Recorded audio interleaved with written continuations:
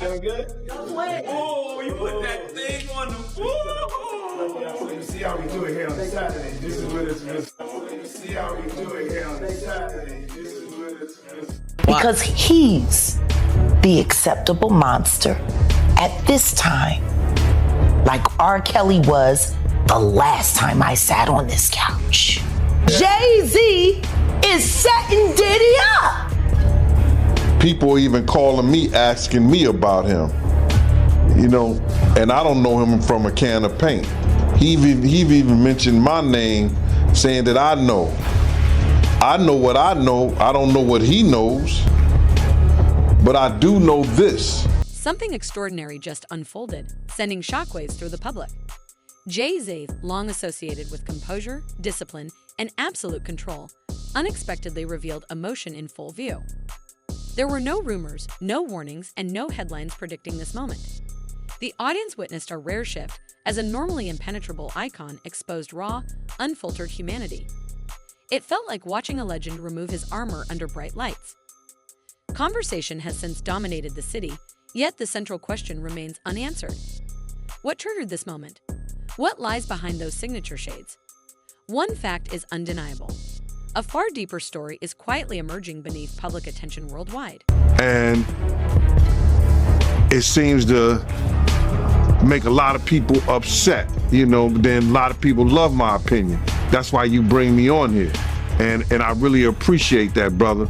I just want to say this before we get started, Art, is that, you know, a lot of people think I came here to bring a black man down. And that's what I hear in the comments a whole lot. But it was nothing like that. You know, a black man didn't cuss a dead man's mother out. A black man didn't set his friends up and put them in a situation where they couldn't come home to their families no more. A black man didn't reach back and help the people that helped them make it up the ladder. It was Puffy. You know what I'm saying? I got tired of Puffy going on different platforms talking about how he loved the people that we was all with, how he loved the people that helped him, when in fact, none of that stuff was true. So my whole thing about it is, man, I appreciate your platform for letting me, you know, voice my opinion. And like I said, opinions like an asshole. Some of these cats out here get paid for their asshole. I get paid to give my opinion. Yeah, I feel you, man. I mean, yeah, you just on here giving your opinion, man. I mean, you was one of the people that was real close to the situation, so why not? Thank you, I appreciate that. So with that being said, right, the last interview me and you did was a day after the raid. And when you look at everything now, man, how you feel about everything? It's been like a week, you know, you knowing Diddy, you being around Diddy. Could you ever imagine that his houses would get raided for sex trafficking? Bruh, you can't imagine no stuff like that. You understand? You can't think that, because back then, he wasn't Brother Love. He was Puffy. All the way up until he became Diddy. So his behavior over... People are beginning to understand that this moment involving JayZ was not a single bad day, but the outcome of pressure accumulating over decades. Growing up in the Marcy projects leaves an imprint that success never fully erases, no matter how many awards are earned or milestones reached. That past stays embedded even at the highest level. Combine that with the relentless demands of surviving, competing, and dominating one of the world's most unforgiving industries, and the psychological toll becomes immense. For years, subtle signals suggested that beneath the polished public image, stress fractures existed. Expectations kept rising, responsibility expanded, and the burden of protecting a legacy grew heavier with time. To many observers, the tense elevator incident involving Solange marked the first visible crack in the facade.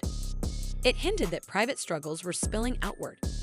Behind the exterior, a storm had been building silently. Claudia Jordan right now. Claudia Jordan don't ever mention my mother name. She mentioned it yesterday. Talking about why people are afraid to come forward. You mean like you? Diddy girl. Corey was JayZ girl. Why don't you claim your friend? Claudia. So Jack, when you say... When I say Corey, I'm talking about Kathy White. Oh yeah, that's what I was about to ask. JayZ's pregnant mistress, who died of an imaginary fucking aneurysm. Just like the woman who was best friends with Kim and Kimura, who wrote the book Bling and died as soon as it made the bestsellers list. Who the fuck was these people supposed to go to? You can't go to the boss because the boss is fucking you. And the boss's boss don't get no fuck. Can't go to the authorities. They're all bought and paid for. You could try to get a special prosecutor, but they'll just pay somebody to reassign him to another case. Where the fuck you go when you get f***ed over by the industry? Nowhere. That's where you go nowhere, which is where people like me step in. You right, I go to Diddy parties to walk mother out, cause ain't nobody stopping me when I come. So let me ask you, because I look at Gabriel Union, and when you mention things like JayZ's time is coming for him, then I look at Beyonce. And I say that, women do have a... That country album, and any of you that buy that shit, stupid as shit. You don't give it no trap music with goddamn... Now attention turns to Beyonce, because many assume life beside global royalty is effortless, when in reality the pressure is immense. Being linked to a cultural powerhouse means managing 3 children, a worldwide brand, relentless scrutiny, and an audience demanding perfection every day. That is not glamour. It is an unending balancing act with no margin for error. In entertainment, there is no pause button for well-being. You are expected to remain composed, productive, and unbreakable at all times. Yet even icons feel the strain. What the public saw from JayZ may not signal weakness, but the natural breaking point of someone carrying extraordinary weight for years. History, fame, responsibility, and expectation can converge without warning. When they do, even controlled figures reveal humanity, reminding audiences that endurance has limits. Stand by your man. Don't act like you don't know that.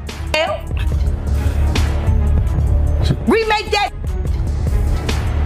Stand by that. That's a real country hit. Jolene nice, but it has a ring to it. Stand by your man. Yeah. Whoops and disrespects you with other like Kathy Coriana White.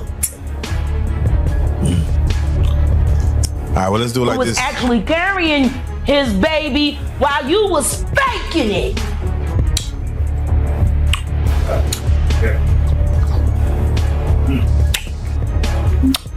Why your husband don't want to put his seed inside of you? He put it in everybody else. Wild in this world, yo. It's funny, you open up Beyonce's internet, it just gets weird. Beyonce's internet. That's what we're calling that belongs to the devil. Unless you calling that the devil, she ain't nothing but an employee. Oh. And half of which dumbass bitch. So, it's funny that it's crazy you say these things. Why don't nobody want to accept that bitch? I think she went and killed the girl Cats.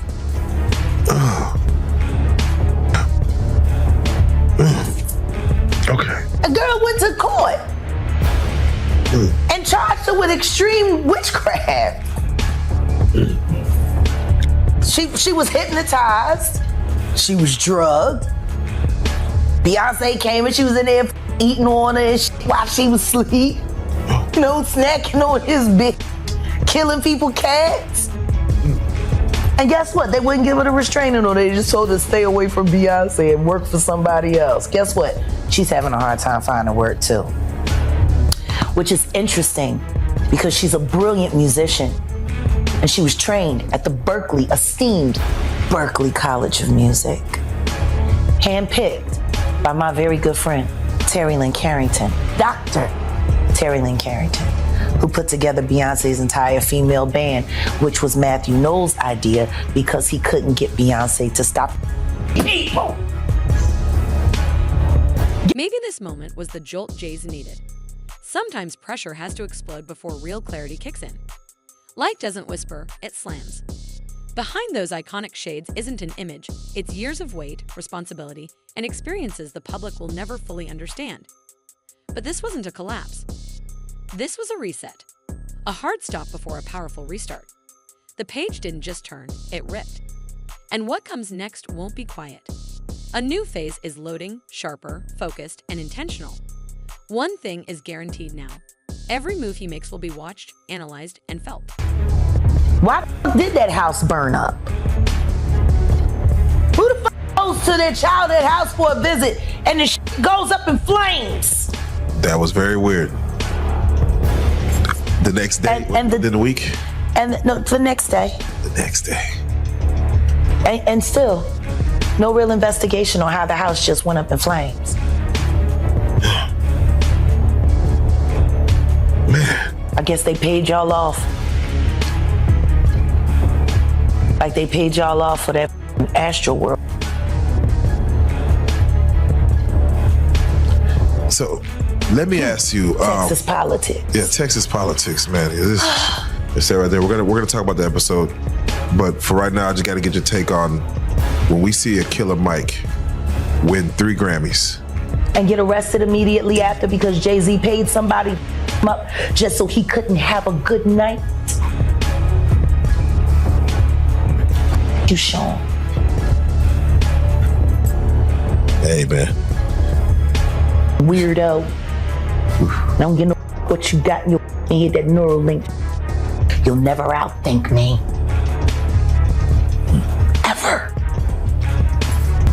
All I do is frustrate your AI.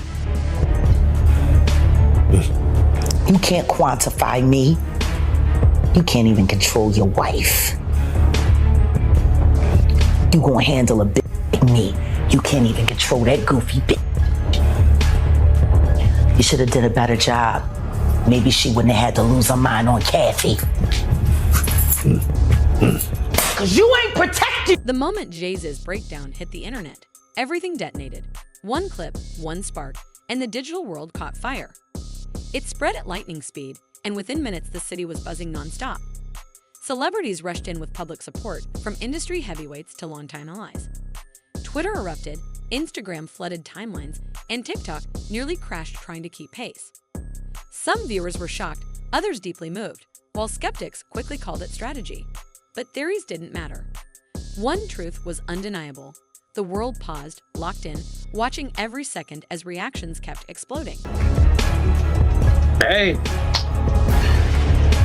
Wow. Wow. I'ma tell everybody about Big L, Sean. Big L? I would just rather do it on the stand, Sean. Please sue me. I want to go to court. And I want to talk about Big L on the stand. Wow. What's your thoughts about Dame Dash? Dame Dash got fucked over by somebody who was supposed to be his friend. So this Big L is associated. Big L is the one that put JayZ on.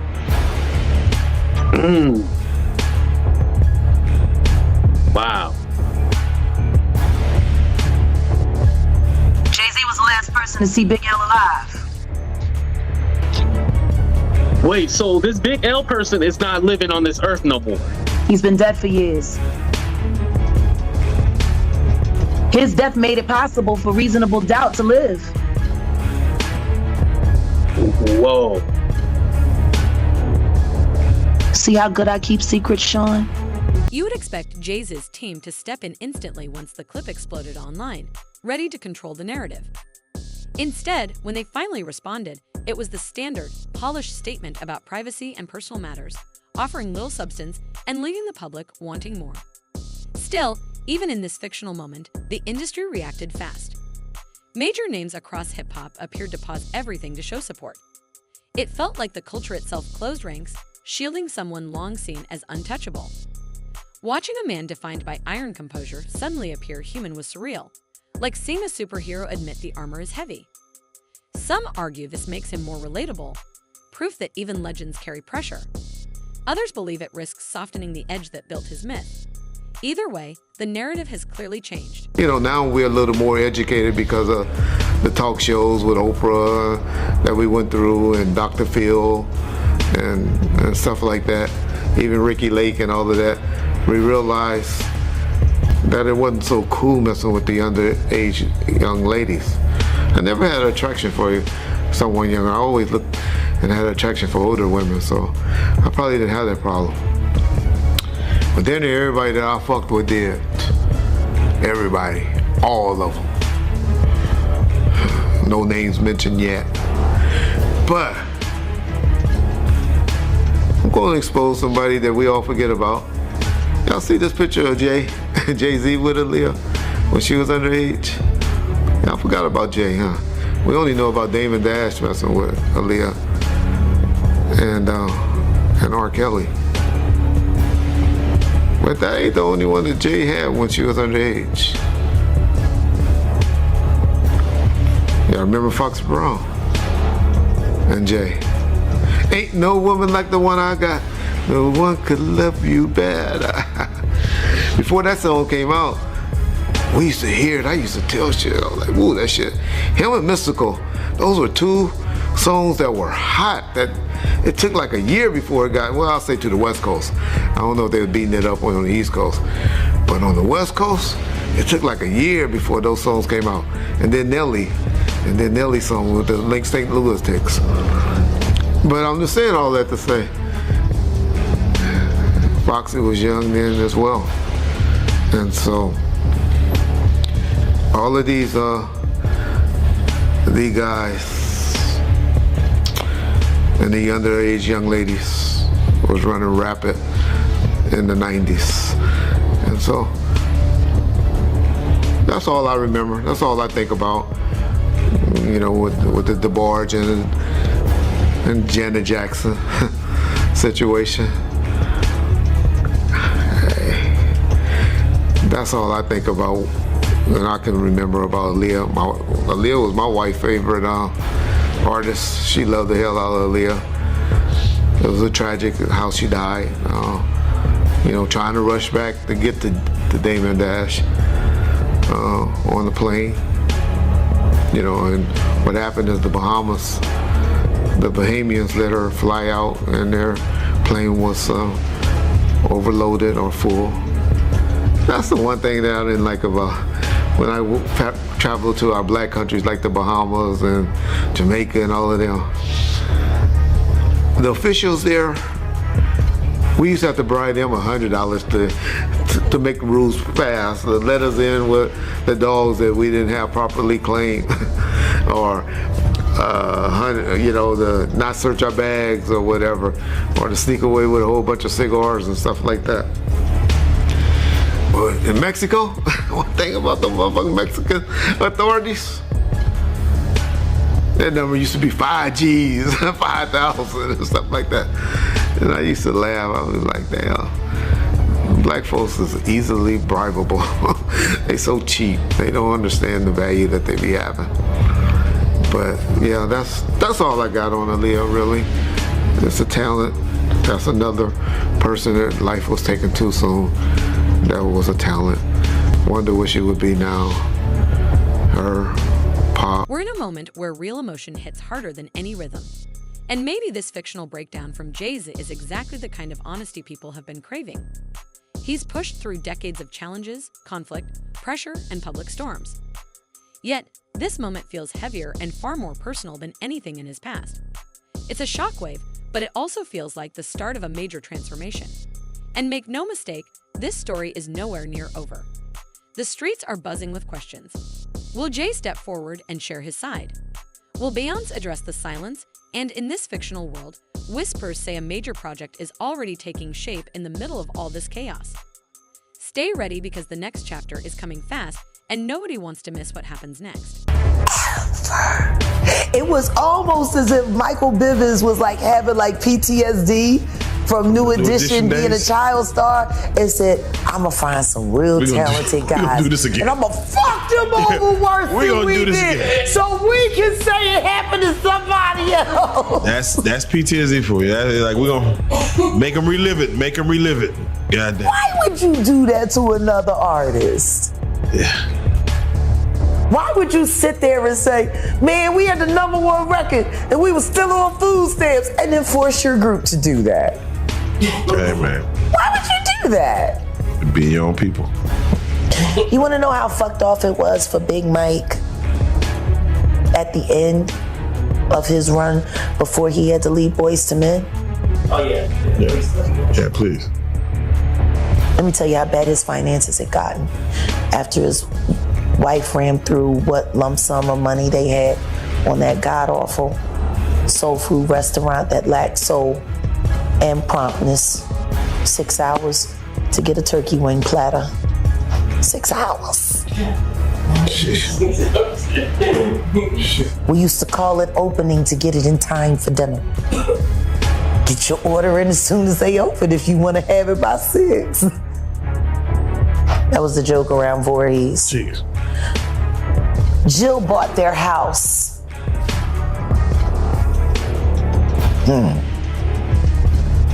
She got it cheap. It would have been a $750,000 home back then, but they were forced to knock $250,000 off the top because of the structural damage. Apparently, they weren't able to take care of that home. It was riddled with termites. Said the only thing holding it up was the paint. They needed the money, so Jill squeezed. And they sold that house for very much more than $400,000 less what it was worth. And they broke even.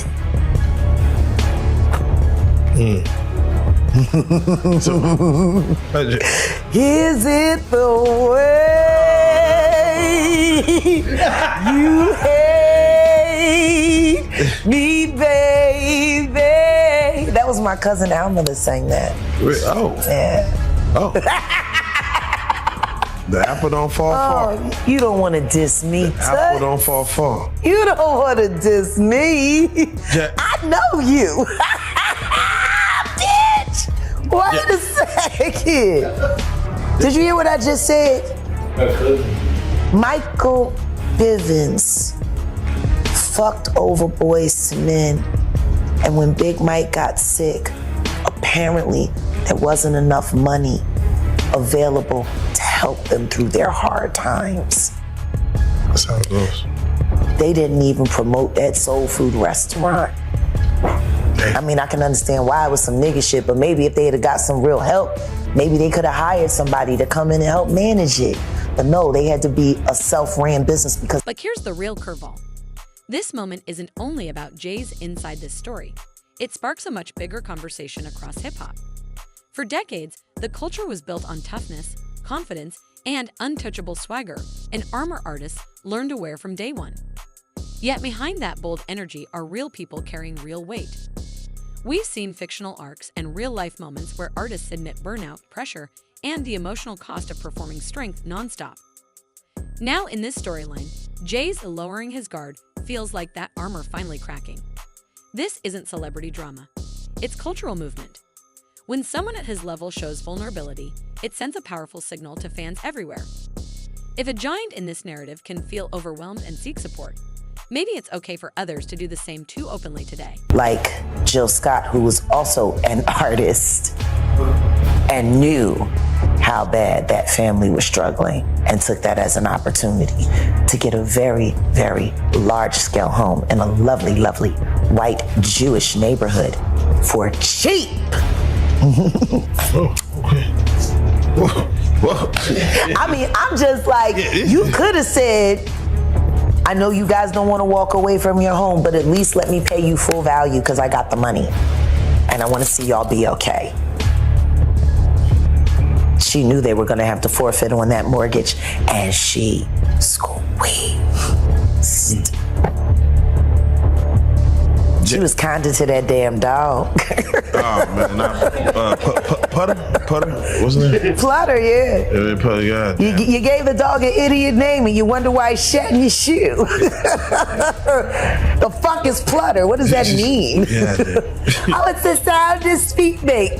That's your fault, bitch. You named him nothing. How you gonna? Flutter, I used to hate that shit, and he hated kids, and he barked at people's feet. Like, he was fucked up. Oh man. I can see why Lizelle says she shouldn't make no babies. Oh man. I mean, that was her husband. So, He should have known her best. yeah, let me She say wrote a whole this. song about it. It was a hit record. Want to hear it? It's not for rich. Oh shit. Turn on a black radio station on Sunday where they sell bullshit all the time. Jack, I want to ask. Nothing progressive. I have to say, most people that watch our interviews or your interviews as of late, the main question that comes up is, how does she know? Was she there? So Yeah. I want to do it like this. I'm gonna name some names. Sure. And I want to know, were you around them? Sure. I would like to start for what everybody knows is JayZ. What about them? Okay.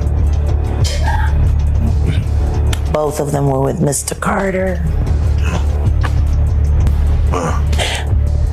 Ask me what you want to know and I'll answer what I can. Let's just start with the base level. Business, personal. Both. Both. And spiritual. And spiritual. Okay. We believe in the same power. We don't believe in appropriating it the same way. Can I ask you this? For you, did you find joy in the business or pleasure? And when you answer that, I'm gonna flip it on him. Do you feel he found joy in the business or pleasure part of that?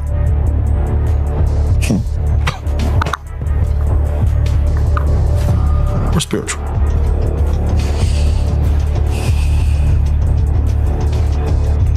He is the most shameful thing I've ever done. There is nothing that I experienced with that person that has not inspired shame except for Unplugged. That was the purest moment. For me, it was all done in love for music, love for all that was there, love for the culture. I hate the fact that we did it all for a culture vulture. For someone who never truly had the capacity to appreciate that moment in time, to steal it from the masses, to hide it, to cloak it.